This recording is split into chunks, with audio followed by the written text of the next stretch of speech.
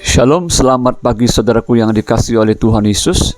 Pagi hari ini kembali kita pada renungan firman Tuhan dengan judul Bersabar dan Meneguhkan Hati dalam Menanti Kedatangan Tuhan. Terambil dari kitab Yakobus 5 ayat 8, demikian bunyi firman Tuhan. Kamu juga harus bersabar dan harus meneguhkan hatimu karena kedatangan Tuhan sudah dekat. Saudara-saudara yang ada di dalam Kristus, hari-hari ini bila kita melihat keadaan dunia ini, maka kita dapat merasakan bahwa saat kedatangan Tuhan sudah sangat dekat sekali.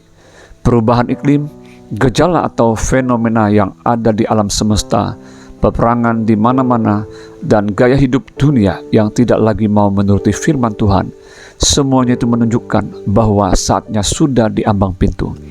Rasul Yakobus memberikan sebuah nasihat agar orang percaya bersabar dan harus meneguhkan hati sampai kepada kedatangan Tuhan dalam Yakobus 5 ayat yang pertama.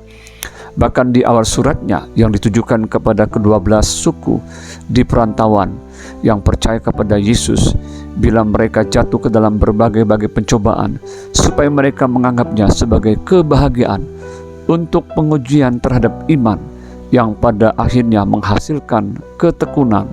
Dan ketekunan itu akan memperoleh buah yang matang, sehingga seseorang akan menjadi sempurna, utuh, dan tidak kekurangan suatu apapun. Dalam Yakobus 1 ayat 1-4. Rasul Yakobus menegaskan juga bahwa bila seseorang sudah tahan uji dan bertahan di dalam pencobaan, maka ia akan menerima mahkota kehidupan yang dijanjikan Allah kepada barang siapa yang mengasihi Dia. Yakobus 1 ayat yang ke-12. Dan bila seseorang dicobai, maka ia tidak boleh berkata bahwa pencobaan itu datang dari Tuhan, sebab Allah tidak dapat dicobai oleh yang jahat, dan ia sendiri tidak mencobai siapapun. Yakobus 1 ayat yang ke-13. Di dalam surat Yakobus ini ada beberapa hal penting yang harus kita lakukan sebagai orang percaya di dalam kita bersabar dan meneguhkan hati kita sambil menanti kedatangan Tuhan yang semakin mendekat, yaitu yang pertama, cepat untuk mendengar, lambat berkata-kata, dan juga lambat untuk marah. Rasul Yakobus berkata bahwa amarah manusia tidak mengerjakan kebenaran di hadapan Allah. Yakobus 1 ayat 19-20. Kita harus melatih diri kita untuk cepat mendengar suara firman Tuhan dan lambat untuk mengeluarkan kata-kata, apalagi yang sifatnya menghakimi dan menilai sesuatu. Dan kita diminta untuk lambat untuk marah.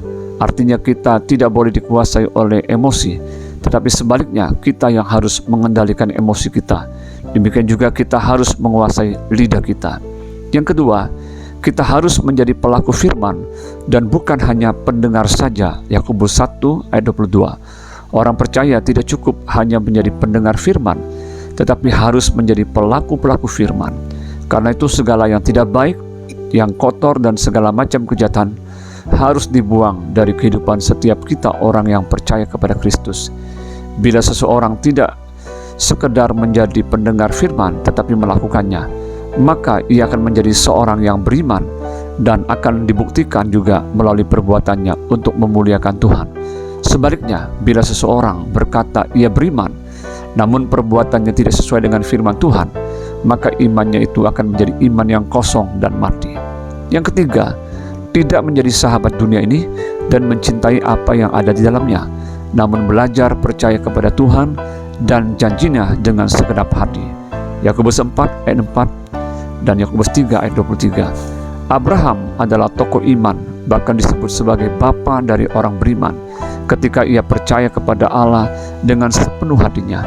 Ia menolak dan meninggalkan kenikmatan duniawi dan mengarahkan hidupnya kepada janji dan perintah Tuhan. Tidak heran ia disebut sebagai sahabat Allah. Dalam Ibrani 11 ayat 10 tertulis demikian, sebab ia menanti-nantikan kota yang mempunyai dasar, yang direncanakan dan dibangun oleh Allah. Yang keempat, hidup dalam hikmat Allah atau surgawi dan bukan hikmat dunia ini. Dalam Yakobus 3 ayat 17-18 tertulis demikian, tetapi hikmat yang dari atas adalah pertama-tama murni, selanjutnya pendamai, peramah, penurut, penuh belas kasihan, dan buah-buah yang baik, tidak memihak dan tidak munafik, dan buah yang terdiri dari kebenaran ditaburkan dalam damai untuk mereka yang mengadakan damai. Mari melalui perenungan firman hari ini, biarlah kita semakin berdekat dengan Tuhan. Hiduplah dalam kesabaran dan keteguhan hati sambil menanti kedatangan Kristus yang kedua kalinya. Bila kita tidak menjadi lemah dan meninggalkan iman kita kepada Kristus, maka kita akan menuai hidup yang kekal di dalam Dia. Selamat hari Minggu dan selamat beribadah. Tuhan Yesus memberkati kita semua. Shalom.